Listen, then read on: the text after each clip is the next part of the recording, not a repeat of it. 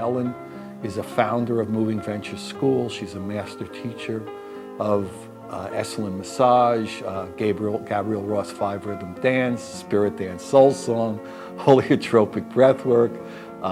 She teaches literally around the world. She teaches in Indonesia, she teaches in Europe, she teaches in Croatia, she teaches in China, Japan, and has spent 30 years at Esalen Institute, which is in California, one of the world-renowned teaching and healing centers and workshop areas in the world. And she's just been a master teacher and a being of love and light for the last 30 years, more I think now. And our second beautiful being is Daphne Tse, who's an incredible singer, songwriter, yogini. And she started singing at a young age, and she studied music in Texas and Chicago. She studied kirtan music with Uttal and Daniel Paul. So now we're here on the set with Ellen. Welcome back. So Thank you, Alan. And Daphne, welcome for the first time. And this beautiful piece of art, this photograph you see, Daphne took in her trips to Hawaii. Why don't you talk a little about that and what it meant to you in that island? So this is the island of Kauai, and I was there last month doing pre-production for my new album. And so this is the beach I would go to every morning to jump in the ocean and just cleanse, do meditation on the ocean. And every time I would sit with this piece of art and just see how I feel like it's a she, and how she just, over time, her merged with the flow of life. It wasn't like she tried to stand up every time, just like see she's being held by the rocks and moving with the wind as the wind goes through her hair, I would say. So it's a special place for me to find that place of the feminine aspect of the divine, of Ma. I feel like it's a very Ma energy. Yeah, so I found that to be my little place of solace in the morning before I go to the studio and record. And it's called Going with the Flow. Going with the Flow, yeah. Right. Yeah, it was good every morning to remind myself that that's what you'd I like need to do. Exactly. That's a good idea to start the day, to go yeah, with the flow. very good reminder. So, Right. yeah. And I'll be back there in November. I'm doing a crowdfunder for my new album. So I'll be back at that beach for a month, November, December. Wow, lovely. So welcome back, Ellen. It's good to Thank see you, again. Alan. So tell us a little bit what you've been doing, and you've been kind of moving a lot towards, working with Daphne and Yasmin on Spirit Dance Soul Song, more of a focus. Why don't you talk about that a little?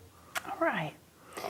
When I was a little child, dancing came natural. Nobody, including me, really thinks about it when young. And through my teenage years, I danced. Early adulthood, I danced.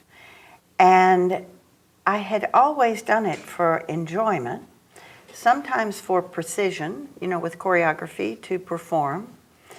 And when I arrived at Esalen 30 years ago, was the first time I had danced as a meditation practice, even when I didn't feel like it, or I didn't feel good, or I actually felt angry, and I learned self-expression through the medium of dance.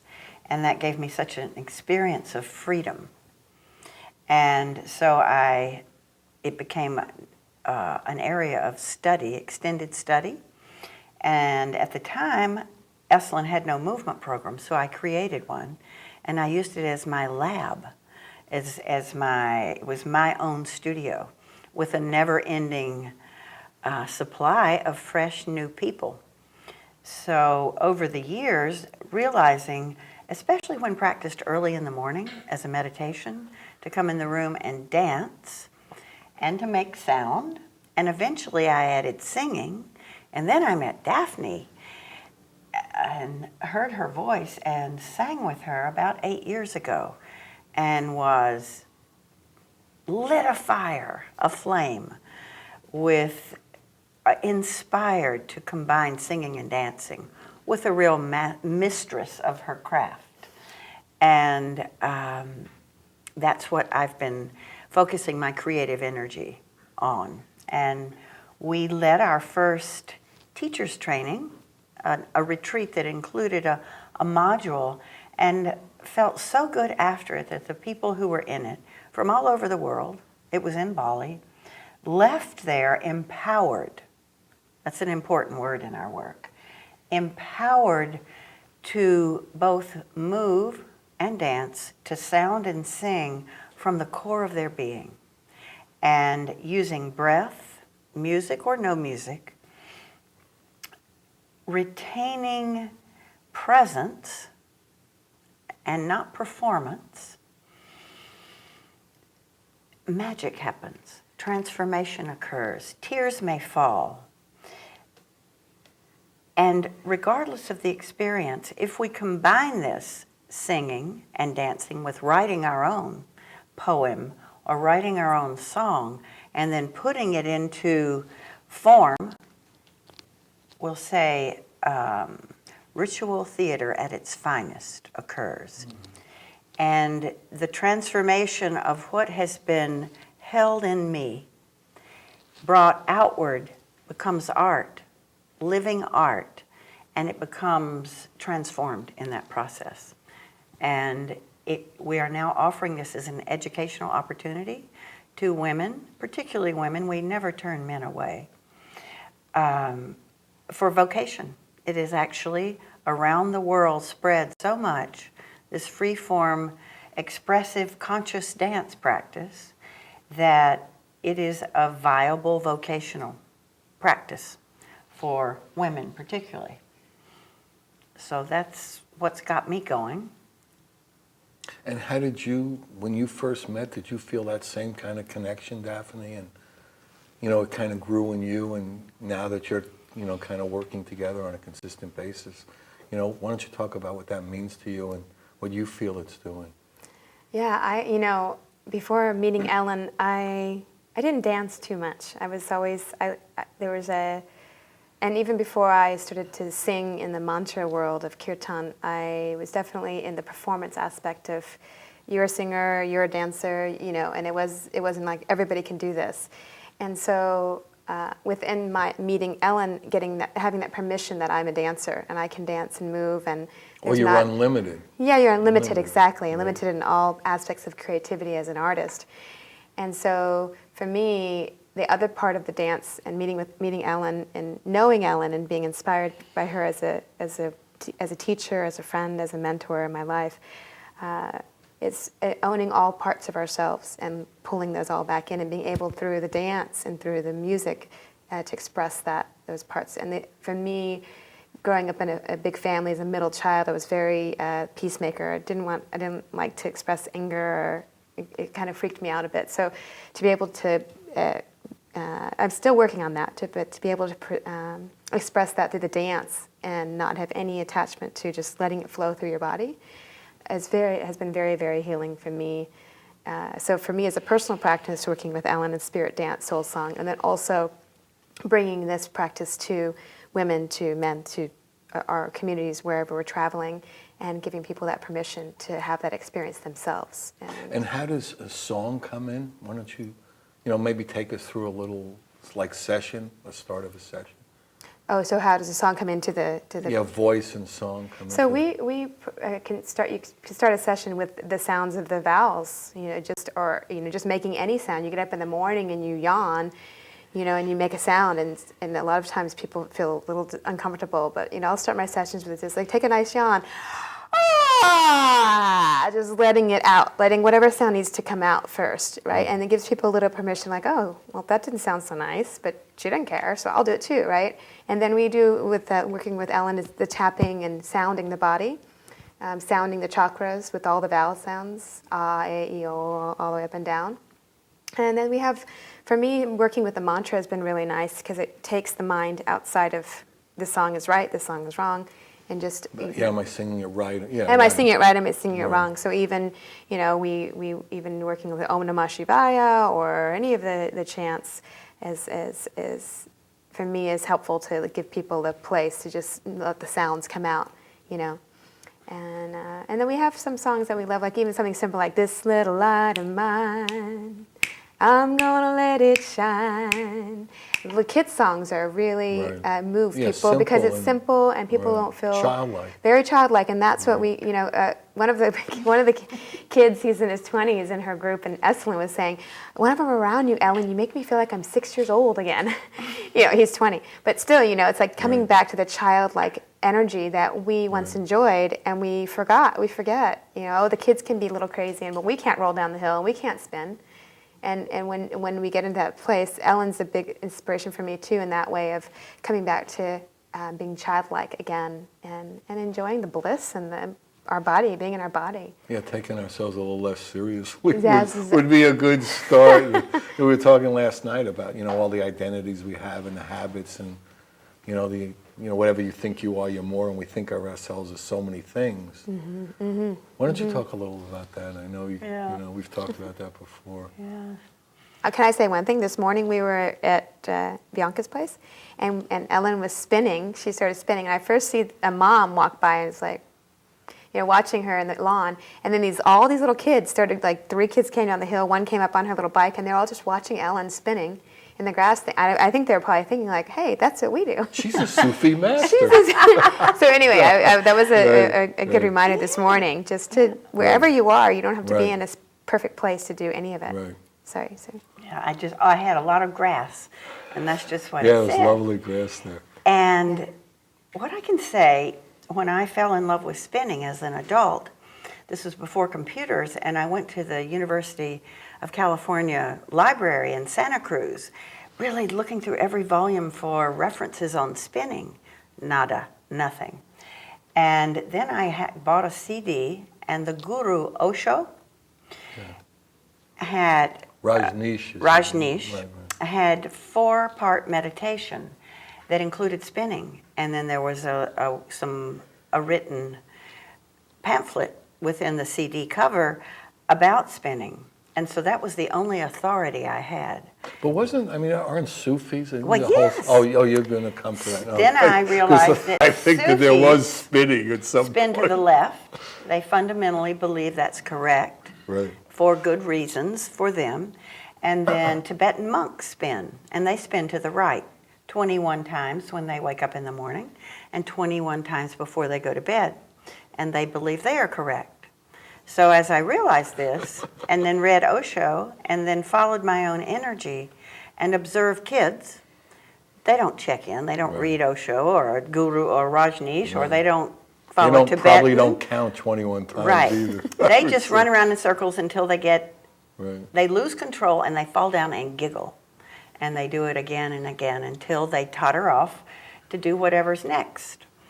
And so observing that, I realized that adults don't do this because we're afraid to fall, because we usually fall. And look stupid. Right. But mostly it's fear of harming ourselves and then losing livelihood or life. Right.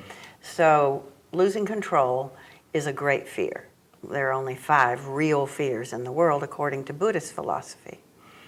So I've developed it as a practice to help adults be less afraid of falling. So that's one sideline benefit.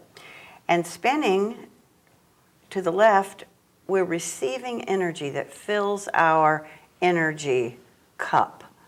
And then when we spin to the right, we empty it out. People who see auras and energy fields can see this happening if they really observe spinning.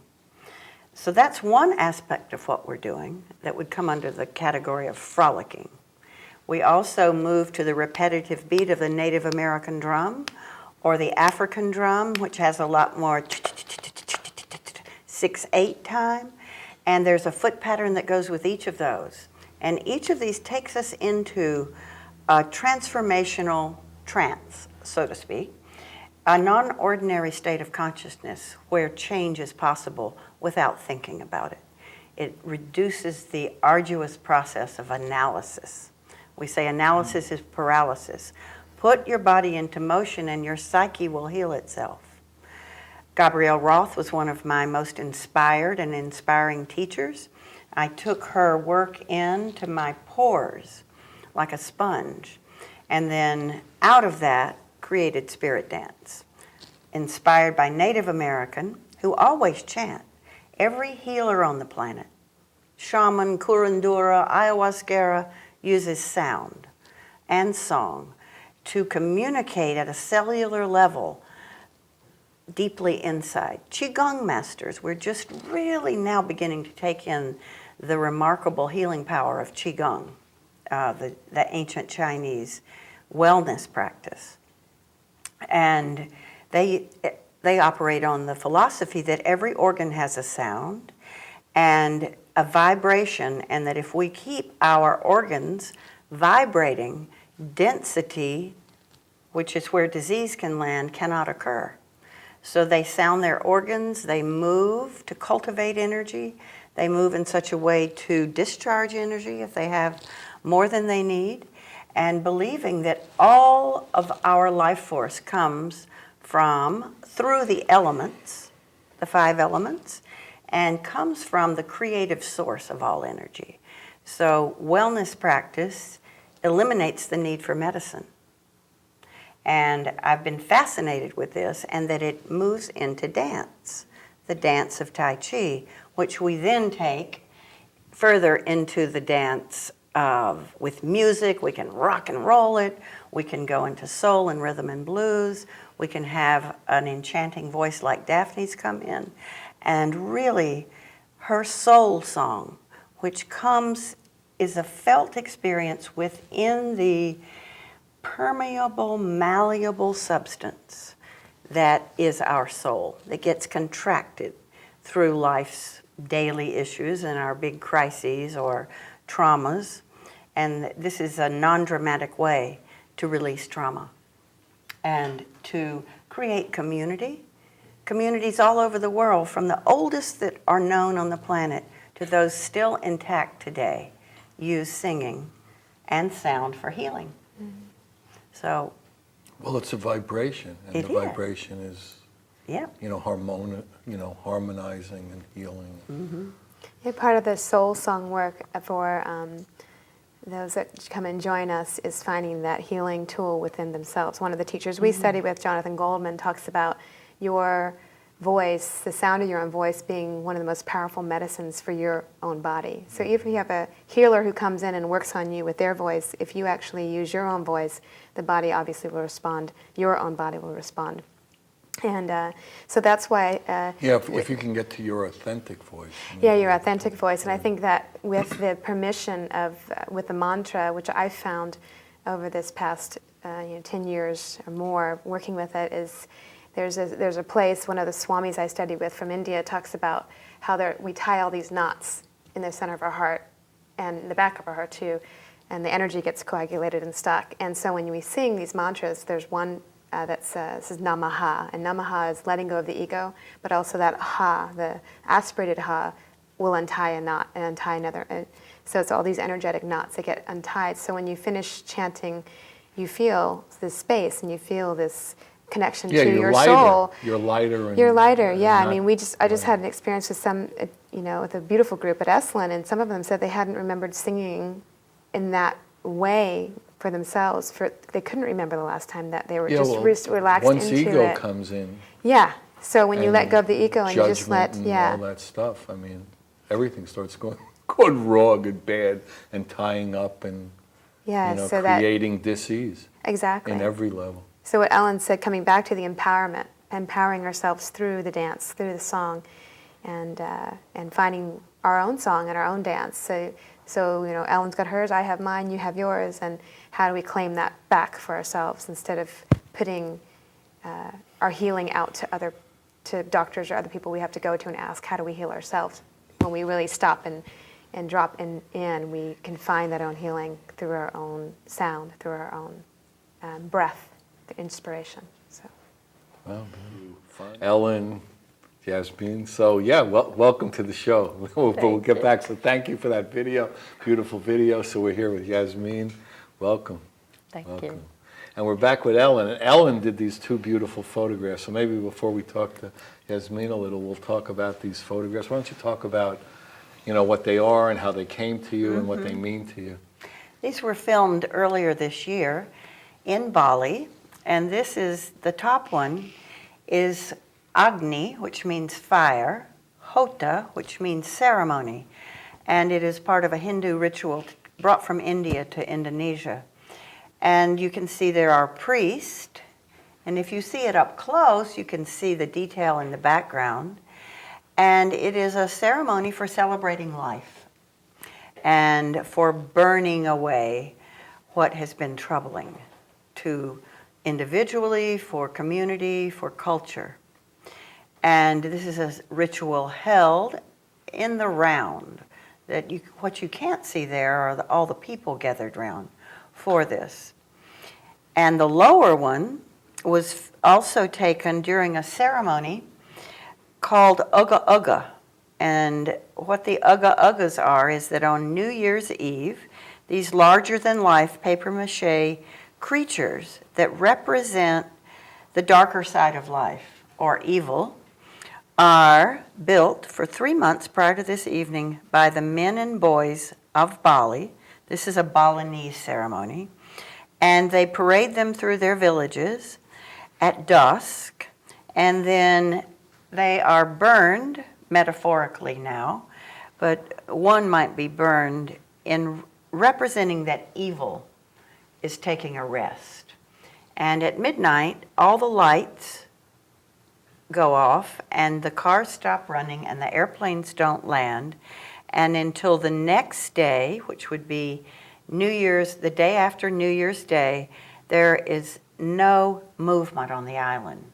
No power comes on, no lights, no candles, and it is a time when family members meditate together in silence, welcoming the clean energy. So this represents community in that the men and the boys of a village build this for 3 months, and then it's their project. And it also is a ritual that allows transformation of what has been challenging culturally, environmentally, personally, or globally to be put into form and then go away. So both of these represent what is lost a lot in the West. We have rock concerts and football games or soccer, but we don't have much real ceremony left as rites of passage or honoring transition of season. This is a lunar culture also, that the moon determines their calendar. And I found that bringing me back more to my essence, the essential nature of what humanity is really after, which you mentioned in the intro, love, expression. And so what keeps the love door shut and how to open it is part of what Yasmin and I are doing in Indonesia. And we're doing it primarily through education, embodied spiritual practice. It could be massage, it could be yoga, movement, qigong, of bringing little people and medium-sized people and old people into the practice. And for young people, for people in their late teens and 20s, it becomes a vocational education, an actual means of shifting livelihood from menial work or unskilled labor to skilled labor, which exponentially increases income earning. It empowers, it allows one to go from one's village to a larger place if one desires. Because the income scale is still so low in Indonesia that many people need to go off island to create meaningful work, and then they send it back home so they can afford to build a home. And so in our work together now, Yasmin and I for 5 years, and me on the island for 15, this has been one of the more rewarding aspects of what I do. And it literally bridges heaven and earth. Wow. So how did you guys meet, and when did you first feel the connection with Ellen and wanting to be part of Moving Ventures and all the educational passions and dreams and bliss of Ellen? It was a long journey. I met Ellen in 2007. That time I was working with the birthing clinic, Bumi Sehat Foundation in Bali.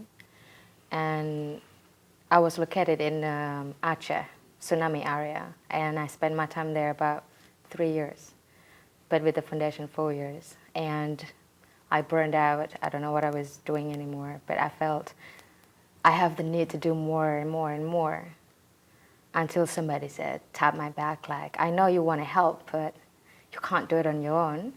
You need 1,000,000 hands. and they transformed me into Ellen, and Ellen was providing this beautiful education. And we, three of us from Bumi Sehat, get those free education.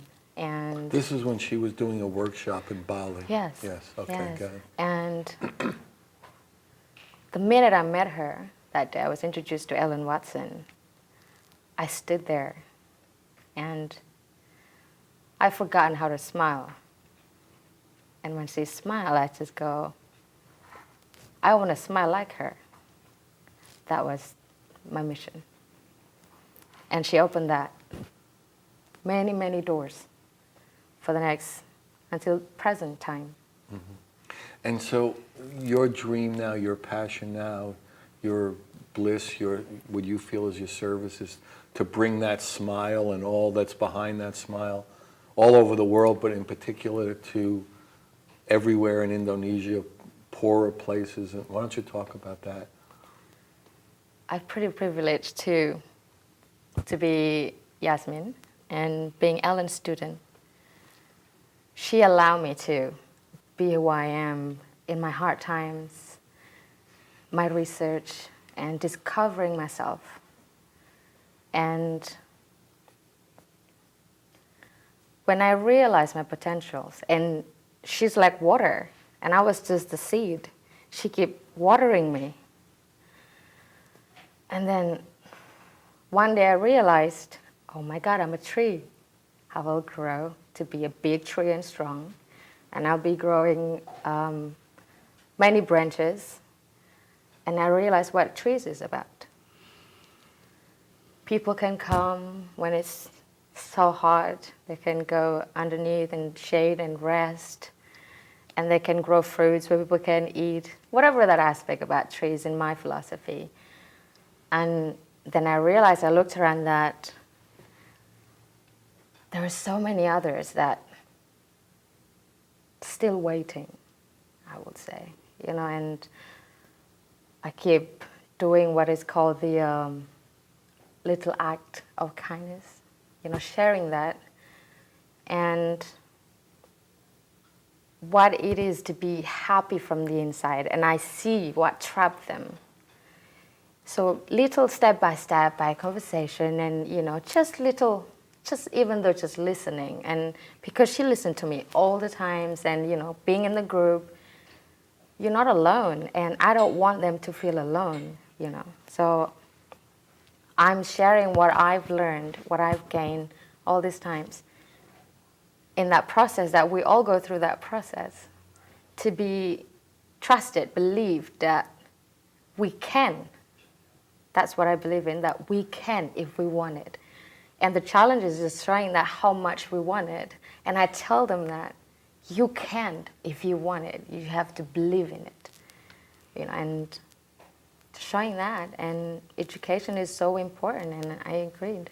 It's very, very essential in our lives. Tell us about Pusat Saraswati, what that means and what it means to you. Pusat Saraswati is my long project, and I've been big pregnant and just, having all this. It's been perfect timing all these times. I've met so many wonderful teachers. Ellen brought to Indonesia and I get to meet them and exchange ideas, and strangers on the street suddenly like, well, do you want to do this? Why don't you come and, study with me, like permaculture? Suddenly, I flew to Hong Kong for 3 months studying permaculture. I know we have so many permaculture in Bali, but he was located in Hong Kong. He's one of the guys that really inspired me, teaches me how to be touched ground with Mother Earth, how to respect food, the soil that grow that food. And Pusat Saraswati, basically a place. I'm in love with the youth of Indonesian children, Indonesian youth, and they are the generation of the new Indonesia. And I know our education system is not perfect, or let's say far from perfect, And I've seen many, many, many, many. There's very traps like you study, you finish your school. Basically, we have to finish 9 grades in junior high school. And after that, you can work or drop off. But many kids are not able to do it because their parents are so poor, they force the kids to beg on the street. Especially in Jakarta, they're even running around washing moving buses for 1,000 rupiah is like a dime, like 1 cent. And when I witnessed that, and I go, why would you put so much in danger for such things? And it just hit me a lot, you know.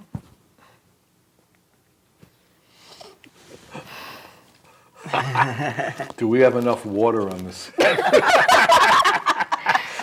We do. Bring in the.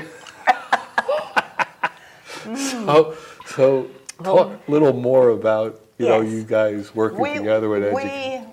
We visited a property that has been left relatively untouched, owned by an organization that we work with in Indonesia. And we both, when we walked on this property, had a vision for this Saraswati Center. Saraswati in Hinduism is the goddess who represents education, art, music, literature, and she is revered by people. There are days in their annual calendar that they have a ceremony where they pray at each station, one for books, one for music, one for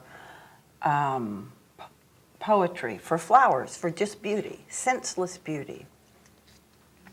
And we both realized this was a place where Indonesian people, combined with people coming from off island, from other cultures, could gather and either relearn or learn fresh the richness of the natural environment, of things that we now are beginning to eat again here, whether it's organic coconut oil. Because of consumerism and advertising, local people all over the world have been or become convinced that their local products are not good for them, that they need to buy what's advertised. And it not only isn't true, but it changes their economic situation because those are expensive. So it's a center for both learning English as a second language, for learning a vocational art such as bodywork, for learning to craft soaps out of coconut oil, to make oil for cooking, make oil for skin care, and learn skills. permaculture. So embodied spiritual vocational education practice and a center for that. And what has also been inspiring for us is seeing the lifetime friendships that are forged.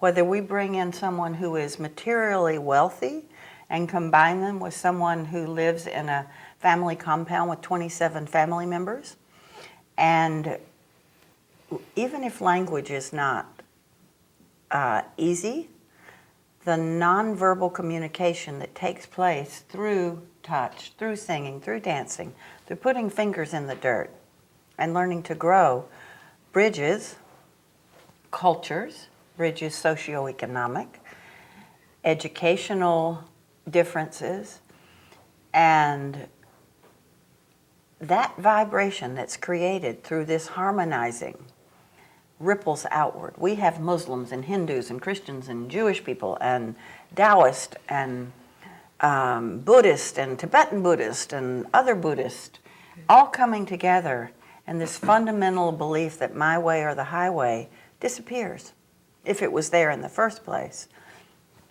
And that ripple effect moving off one island to all the other islands, and from the islands elsewhere, carried back to New York or to Berlin or to Hong Kong or Shanghai, then sets the seeds. And we've focused a lot of our programming on women because women have children and then their mothers, and the girls and boy children learn, and then they carry that with them. We never turn men away. And what we have experienced together is the fuel for what Yasmin and her generation want to carry forward. And do you see a real openness in young people all over the world, but in particular in Indonesia, to really reach out and to work together, to collaborate is the word we use a lot, and to bring these new paradigms into being? Well, if we see Indonesia geographically, it's a bit hard because we're based on 13,000 islands and we're scattered all over the place. But the new media bring us closer. Yeah, right.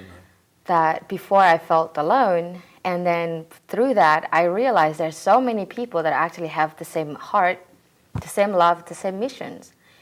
And I always believe that the more mushroom grows, the more we wake up and just basically vibrate that, you know. And right now, the east side of Indonesia is having more challenges because transportation is not being supported that well. So you take days and days, or you can probably visit the island like once a week. There's probably a flight. And I realized that not just that almost basically the government is located like centered only in Java and Bali, because we the two islands that basically bringing so much in. So the other islands is having less access of education. So children sometimes don't even have books to study. This is what I discovered when I was in Sumatra, or when I was in Lombok, or in Sumba, the neighboring islands, that children have to walk for a long time, for 1 hour just to go to one school barefoot, no uniform. But the eagerness to learn, that just, I almost spent time in Papua, which is West Papua New Guinea. I want to spend time with the jungle and teach children how to read and write. And I thought, not brainwashing them, but giving them an option. There is an option in life. And the Saraswati, Pusat Saraswati, would be a place they can still go to school normally. And after school, if they want to study with us, this is the children that come, let's say, 5 to 12 years old. That's basically the fresh mind, because right now, my generation either got caught up with the magazines or gadgets, right, fashions and all that. They basically, there's not other life except their life. Well, we're coming to the end of this particular show. So, really thanks so much for sharing your bliss. It's really beautiful. So if you want any information on Moving Ventures, call me, Alan, 805-687-2053. Good night. We love you. God bless you. Thank you.